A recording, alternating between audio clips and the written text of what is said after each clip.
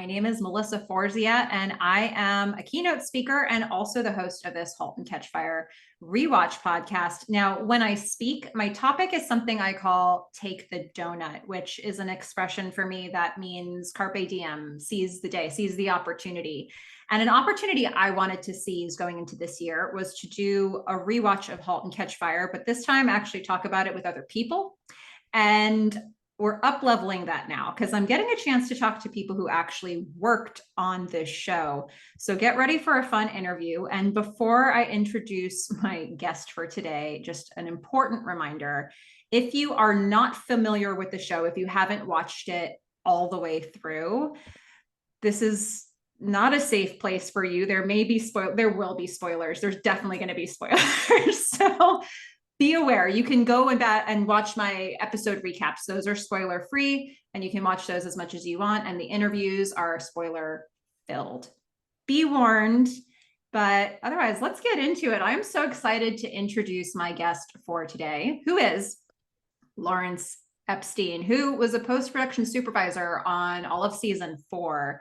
Lawrence, welcome. Hi, thank you so much for having me. I really, really appreciate it. And I will try to say as many spoilers as I can to hold you true to your spoiler filled lead in there. Well, I mean, more than any other interview for sure, right? If you worked on season 4, that's it. That's where the spoilers are. I've got spoilers people don't even know about. Ooh. So we can spoil some spoilers. Some behind the curtain spoilers. That is my interest is immediately piqued. And I feel like before I get into all the follow-up questions you just made me want to ask, let's start sort of more at the beginning and say, how did you get connected with this show? So how did the job come to you, or how did you come to it? Sure, yeah. I mean, and really in there lies one of the most crazy stories of my entire career. In getting this job. In my profession, I'm a freelance post-production supervisor, which lends itself to looking for new work about every 6 to 8 months.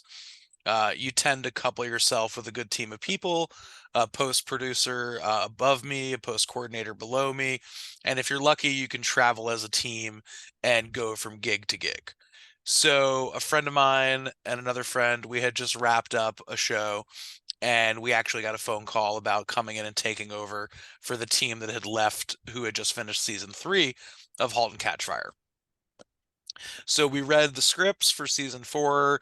We were really excited about it. We had heard about it, and we thought this would be an awesome opportunity. Everybody seems really cool.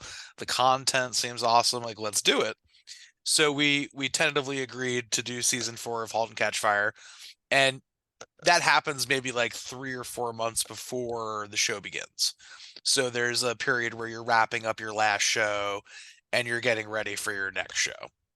And in that period, I was busy working away on wrapping up my last show, and my post producer, who was the person above me, had kind of started to get her feet into Halt and Catch Fire. And one day I'm on my way home and my phone rings, and it's my post producer. And she's like, "We have a huge problem with Halt and Catch Fire." And I was like, how do we have a huge problem with Halt and Catch Fire? We haven't really started yet. Like, how could there be a problem? We literally haven't done anything yet. How could there be a problem? And she begins to explain to me the craziest story. They had sent out the season 4 episode 1 script. And what happens is they'll send that script out early on to legal departments, business affairs, clearances, actors, the EPs, the showrunners, post. That way everybody can start working and start reading the script.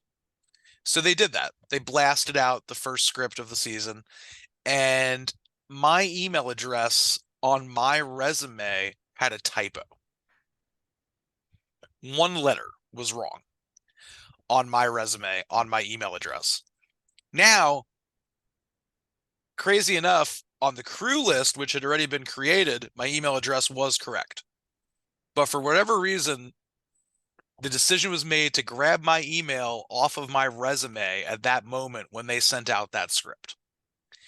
And whoever had my email address off with the one letter decided to reply with notes on the script. My And gosh. and when I tell you notes, pages critiquing who wrote this, they belong in grammar school, they should go back to high school. What is the point here?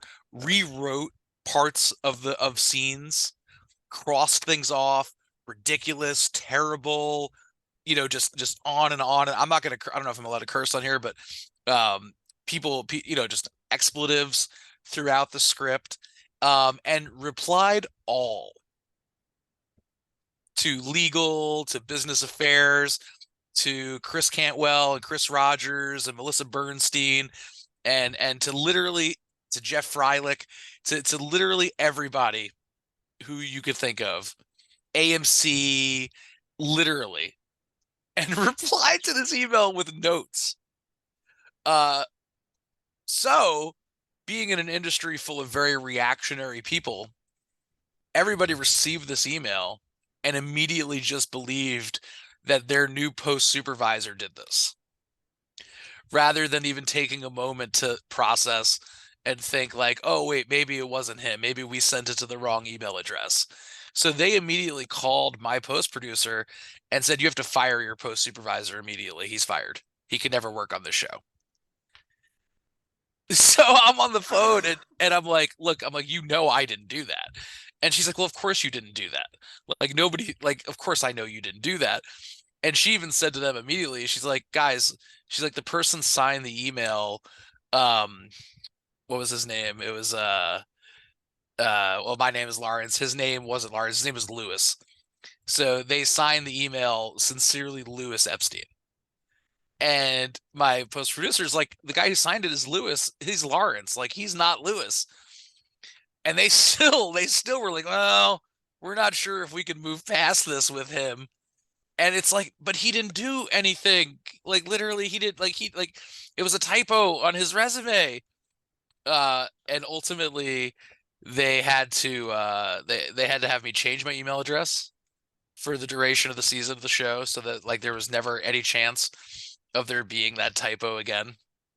And they forbid me from contacting that person who wrote that. And I know legal dug into it a little deeper.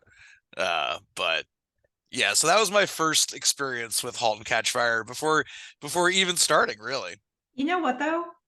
That's a very Halt and Catch Fire thing to happen. Yes.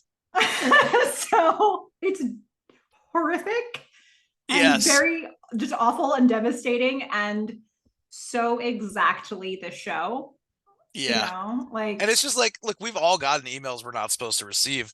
Most people delete them.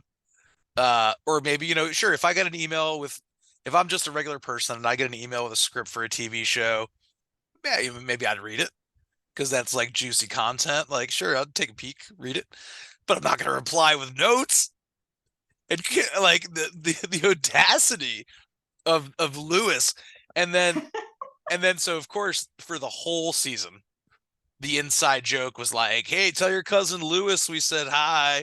So like everybody, the rest of the season, like at table reads and all the things, it was always like everybody taunting me about my cousin Lewis. oh my goodness. And this is the type of story we're gonna get from Lawrence today. Yeah. Oh my goodness. What a rocky road to get started. I am curious though, once you actually settled into the role, for people like me who don't know a ton about the post-production process, you were the post-production supervisor. So what does that entail? What does that mean for you day to day?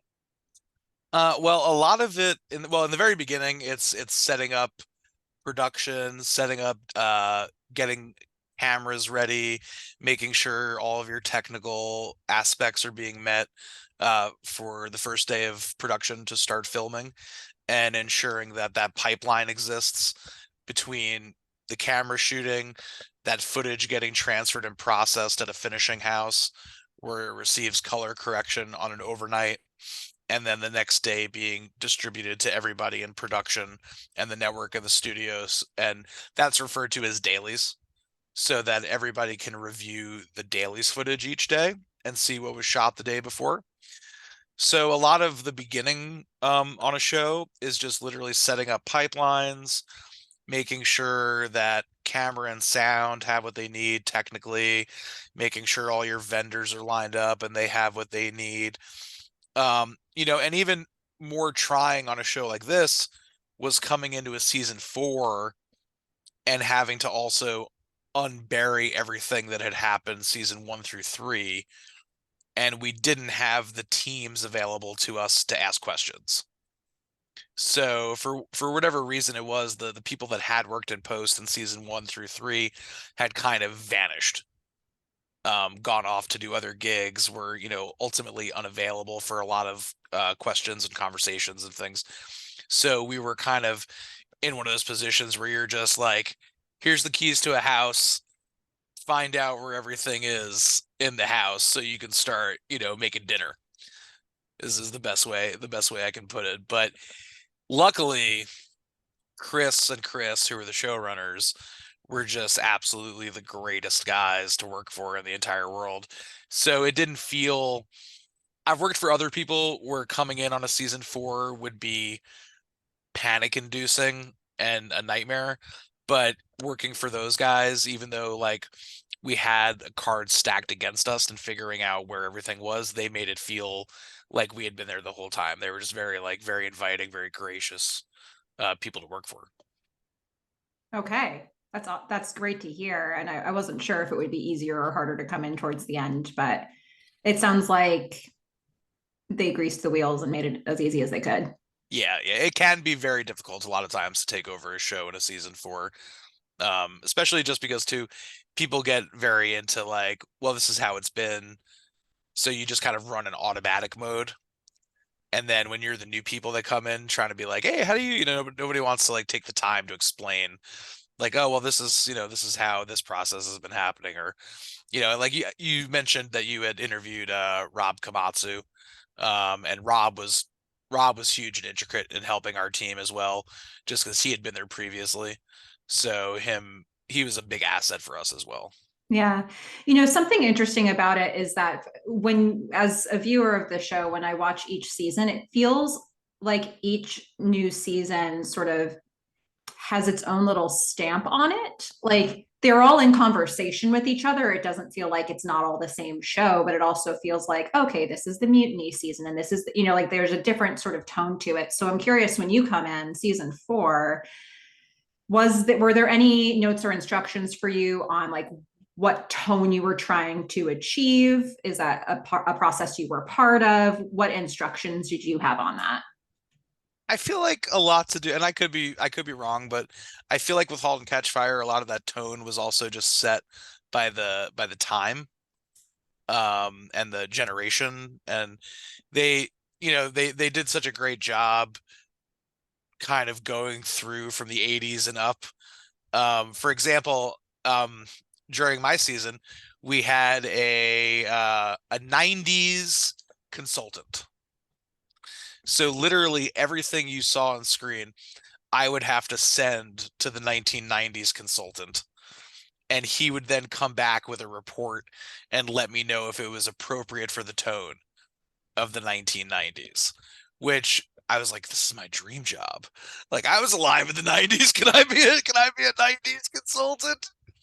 Um, That's such a huge thing to be a consultant on, but too. like a lot, for example, like the computer screens, like I made half of those just sitting at my desk on paintbrush, like making little folders and making it look like old computer screens, or like hodgepodging together backgrounds that you would see in the offices on the computer screens. Like we were making half of those. In I could be jumping ahead here, but in season 4, there's a scene where they're playing Mario Kart. That's me and my boss playing Mario Kart because Chris and Chris scripted a specific gameplay in Mario Kart, and we called Nintendo, and Nintendo was like, well, you can pay us to use Mario Kart, but we don't have like that footage to sell you. So we had to go out, we had to buy an old Nintendo, we had to buy one of those converters that lets you play on the TV, and then we had to buy one of those like game capture software things. And then we literally had to spend 5 days sitting there playing each other in Mario Kart to recreate what Chris had scripted. Wow. So literally, I've got all the extra footage of the Mario Kart gaming, of us gaming for days, and people would walk in our office and be like, "Hey, are you guys gonna work this week?" And we're like, "This is the work. Like we actually have to play Mario Kart for work this week. And you Like just it's kept the unreal." camera running on it the whole time, just in Yeah, case that yeah, off chance you got it exactly right. yeah, yeah. It was tough too. It was tough because they had literally scripted like banana thrown, curve, fire, and they were not messing around. Like they wanted it specifically the way they scripted it. So Wow. we had to literally just play Mario Kart until we could nail it. That feels like a personal memory they were trying to unlock. Yeah. Oh, that's amazing. Well, so, how long would it take for your team? It sort of sounds like there was a lot of sort of blending between episodes, but how long would it take for your team to work on any given episode? And, were you sort of overlapping in the process? Yeah, generally the way it works is it takes anywhere from like 7 to 14 days to shoot an episode. A lot of times in the industry, what we'll do is called crossboarding or block shooting, which is where, say, over the course of a month, we'll shoot 2 episodes and they'll crisscross each other. But a lot of times they're also filmed episodically, which is just, say, 14 days for one episode, 14 days for the next episode. So when the episode is filming, the dailies are getting sent every day to the editor, like Rob Kamatsu. And he's putting together the show based off the script using the dailies that are sent every day. When the episode is done filming, he's got about a week to put together the very first version of the episode, which is referred to as the editor's cut. That cut then goes to the director of the episode, and the DGA gives the director 3 days to work on that episode. So the director will either come in or work remotely. Back then it was in person. Now it's more so remotely in our post-COVID world. And they'll take 3 days to fine tune the episode how they want it. And then together they'll output what's called the director's cut. Then that will go to the producers. So like in Halt and Catch Fire, we would send that cut to, say, like Chris and Melissa and like Jeff Freilich and a few other folks. And they would kind of have a sliding scale of how much time, because at the same time they're on set, they're working on other episodes, they're doing other things, they're busy working. So like you can't say to them, oh, we need it back in 5 days. That's the dream, but it's never going to happen. So the reality is, maybe they have 2 weeks to kind of sit there with Rob and work on the episode and fine tune it themselves. Then once they complete their pass, that then generally goes off to the studio, and that's considered like a studio cut. If you've got a network, the studio will take like 48 hours to do their notes. You'll get it back. You'll go to the network for another 48 hours, get notes, get that back. Everybody will kind of look at it again for a while, then consider it to be like what's called locked. And so from day one of filming to when you get to locked, roughly is usually maybe about a month if you're lucky. During that time, we're also starting to get visual effects cooking. We're starting to work on sound. We're starting to work on music. We're starting to look for stock footage. We're doing things like playing Mario Kart to get in the show. But you can only do so much until the show is locked, because until the show is locked, none of the timings stay the same. And everything is really based on the timing of the episode.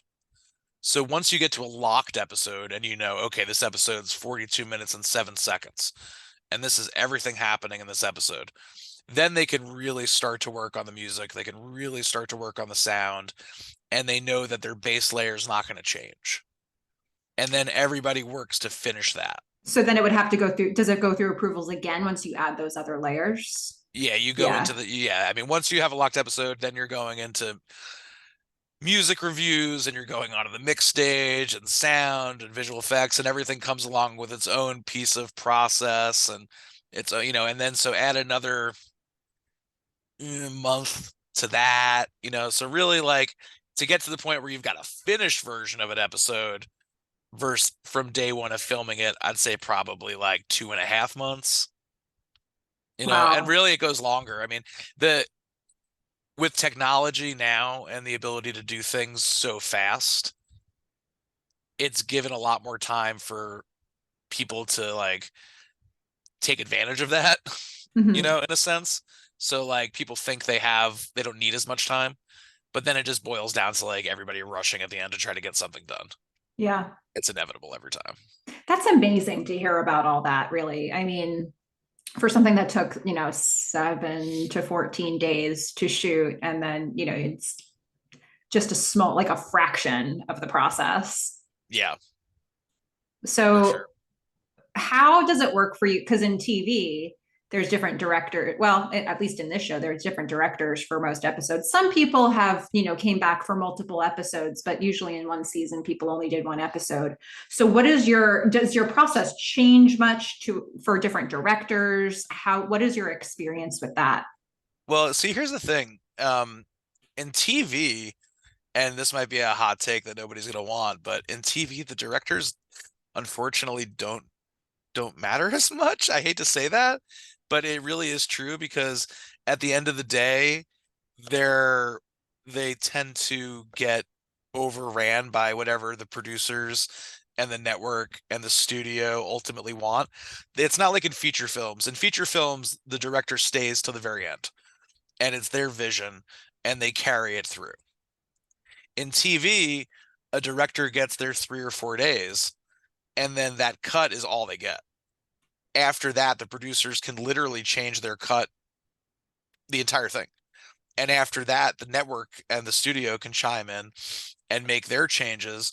And by the time you get to the end of the road and you have your finished episode, you might barely have anything left in it that the director wanted in the first place.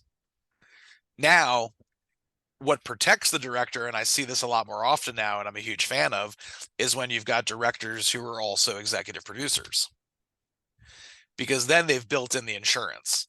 Then they can actually see their vision through to the end because they're not only the director of the episode, but they're also an EP on the show. So they're also there to be a voice and a presence during the producer's cut and later stages. Because otherwise, yeah, if you're just a director on TV, I mean, it might sound callous to say that they do matter. I don't mean they don't matter. It's weird. Like they just kind of get blown away by the process because it's just so different from feature. And you do have different directors. If you work on a show that has 10 episodes, you might end up having 3 or 4 different, you might end up having 5 directors in the course of the whole season. Yeah, I mean, it makes sense because you need to have a consistent through line. So if everybody comes in with a totally different vision, Yeah. the show wouldn't make sense. So I can appreciate the need to sort of balance that out. I mean, I've So worked on shows that had a different director every episode. Literally. Different director every single episode. yeah, it's so interesting. So, you've worked on a lot of, different TV series over the years. So is there anything that in particular that stood out to you about working on this show? Yeah, honestly, just Chris and Chris. Yeah, they were just two of like the most organically gracious, nicest, like down to earth people I've ever worked for. Sorry to anybody watching this who I've worked for. Uh, I've worked for a lot of people. Um, I've worked for a lot of people that I would never work for again. But even with those people, like, okay, it was worth it. I learned some lessons or something like that. I can say in retrospect, I guess. But yeah, they were just both very decent, cool people to work for. They had a vision. They had an idea. They executed it, and they had fun doing it. And it was just nice. It was just enjoyable to work with them. Which you don't get too often. You don't like it's very rare in Hollywood that you get like the cool show and the cool people. It's always a mixed bag. It's always like, oh, the show is great, the people are terrible. The people are amazing, the show is terrible. Like it's very rare for me to get a double win there like that. But I feel like I did with Halt and Catch Fire. Okay. I like to hear that. Let's get into some of the episodes because I mean, you already teased us. So there's some extra things we don't know about to talk about, but I only know what I know. So let's slip that stuff in wherever we can. One thing I wanted to ask you about. season 4 starts off with, I believe that season 4 is just at another level in terms of the artistry of the show. I mean, I Yeah. think just kind of people were firing on all cylinders in all departments, and the camera work, the just editing choices that were made that I don't even know a lot about. And I noticed how smart they were. So, we open up with this long, looks like a oneer, Hmm. but it's Robert was telling me a lot about how we were blending into scenes from blending into tables and things like that. It's a really important way to start the season, because I think not only does it jump us through time, Yep. and it does so in a way that feels like it makes sense, but it's also putting us in Gordon's point of view, where we are being asked, I think we're being asked to remember that he has an illness, Yeah. in the way that it's shot. So it does a lot of really important things over a fairly long shot. I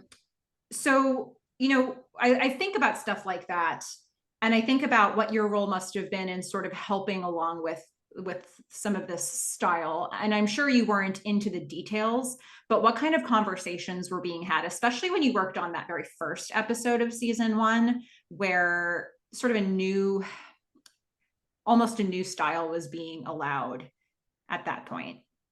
Yeah, I think, it's hard to say because I really wasn't in the room for a lot of that stuff just by nature of my position. But I feel like Gordon was definitely the hyper focus of it. And we didn't know that he was gonna die.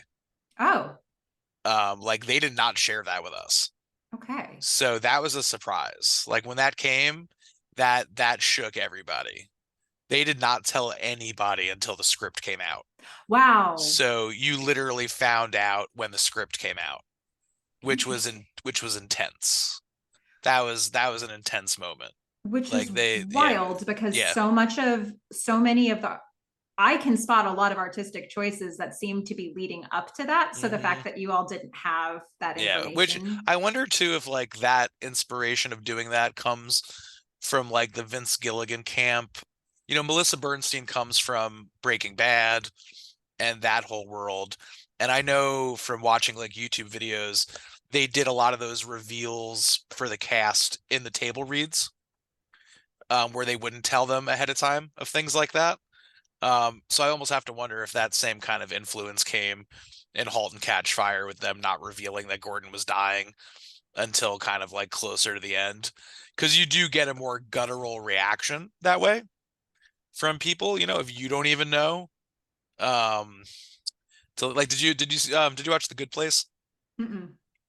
You should check out The Good Place if you've never seen that, but there's a big twist at the end, and they didn't actually tell the cast until the end, which made it interesting. It just gives people this kind of like more guttural reaction. But I feel like I feel like that was their whole setup for season 4, and none of us knew it. But it was kind of all leading up to that in a sense. Kind of Okay. like the death and the rebirth, almost in a sense. Absolutely. Yeah. So yeah, it sounds like the details were in some ways like you managed to get there, but you don't always have all the details that you need about where you're headed. Yeah, and I think Halt Catch Fire too, just switching from the 80s to the 90s to and going ahead through the time and seeing all the different all the different things that this group of friends went through, and just all the different things they tried, and the video games and the programs, and just always kind of coming up a little short, Yeah. in sense of time and like the cultural zeitgeist of it all. Just was always just so fascinating to me too. Yeah. You mentioned the Mario Kart scene earlier, and I'm curious because that sounds like a pretty challenging episode or scene for you to work on. Are there any other like most challenging scenes that come to mind when you think about your time? Well, I can tell you a crazy clearance story, Ooh, which so in now you've been watching it every day, so you'll know way faster than me, and my brain is blanking out on the daughter's name. Haley, Joni. Joni, the Mhm. older daughter, the The one older who's daughter's now, Joni. Mhm. yeah, Joni.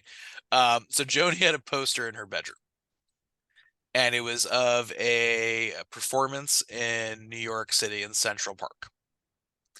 And in the very last episode, it is featured on the wall in that bedroom at least like 7 to 10 times.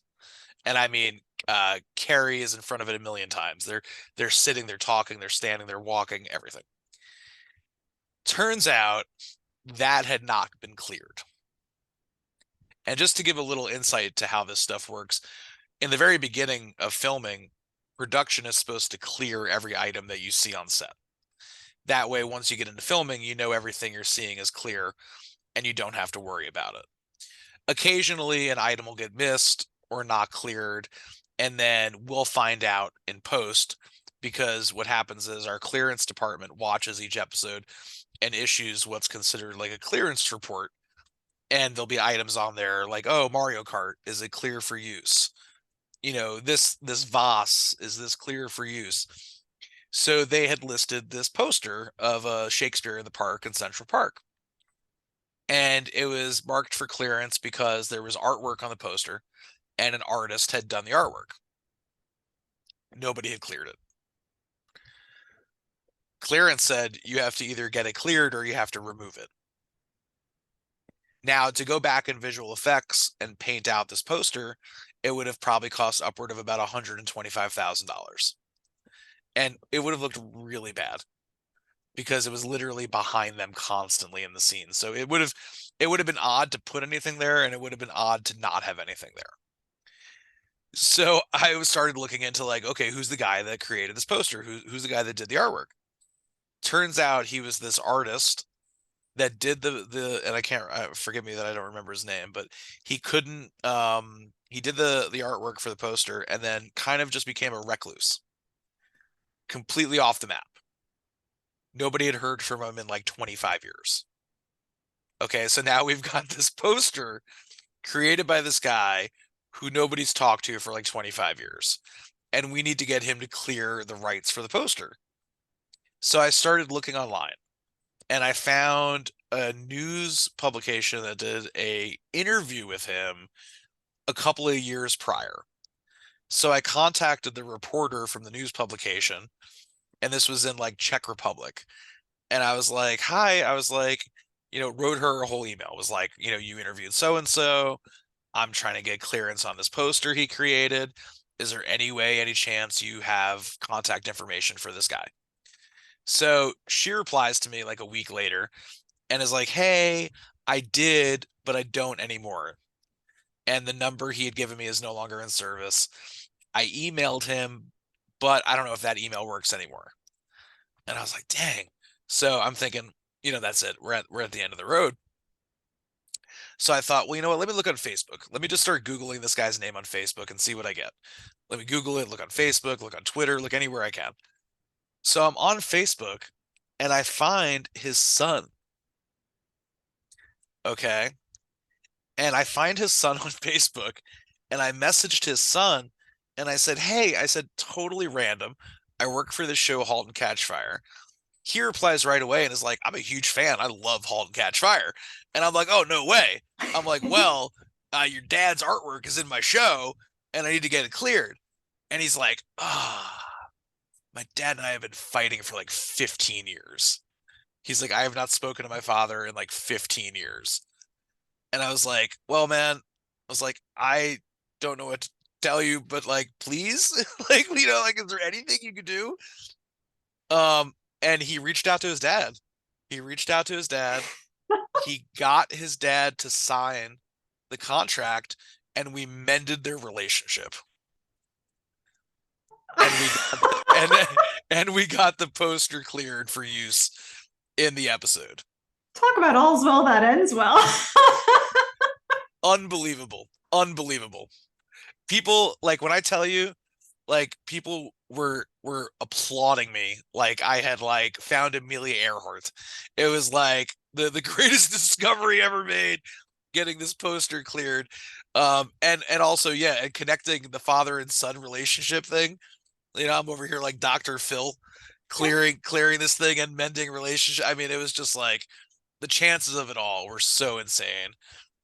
You know, and we paid them both. We paid them both as well. So, you know, That amazing. yeah. Now I really need to watch for that in season 4.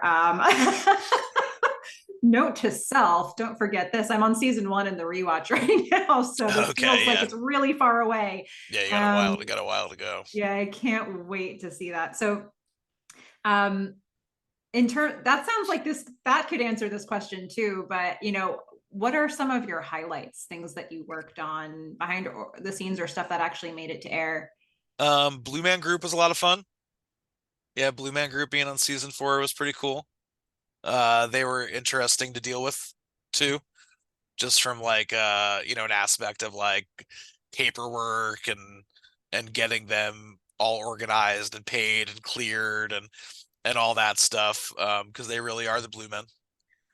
So they don't drop that shtick. Uh, so that was interesting. You know, the Mario Kart obviously was super interesting. The poster clearance was super interesting.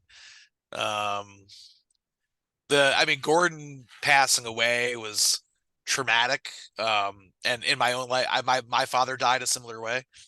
So it really touched home for me. Uh, and they did it really, like the way they did it, I thought was really peaceful and good, and like just a heartfelt way they did it. So it didn't feel like over the top to me. Um, the video game, like getting the video game made and built was a lot of fun too. At the end of the season, they gave everybody vinyls of the soundtrack, Ooh. which was cool. That was very cool. Um, and I feel like I have some swag somewhere. I think I have like a cool Halt and Catch Fire bag somewhere. I do actually. Wait, no, I do have it. Uh, I do. I have a very cool like Halt and Catch Fire medicine doctor bag. We're not right here though. But yeah, it Yeah. was just you know, look, you work on these shows and they're almost like I kind of equate them to like summer camp. Like you spend an intense amount of time with a group of like 12 to 14 people, right?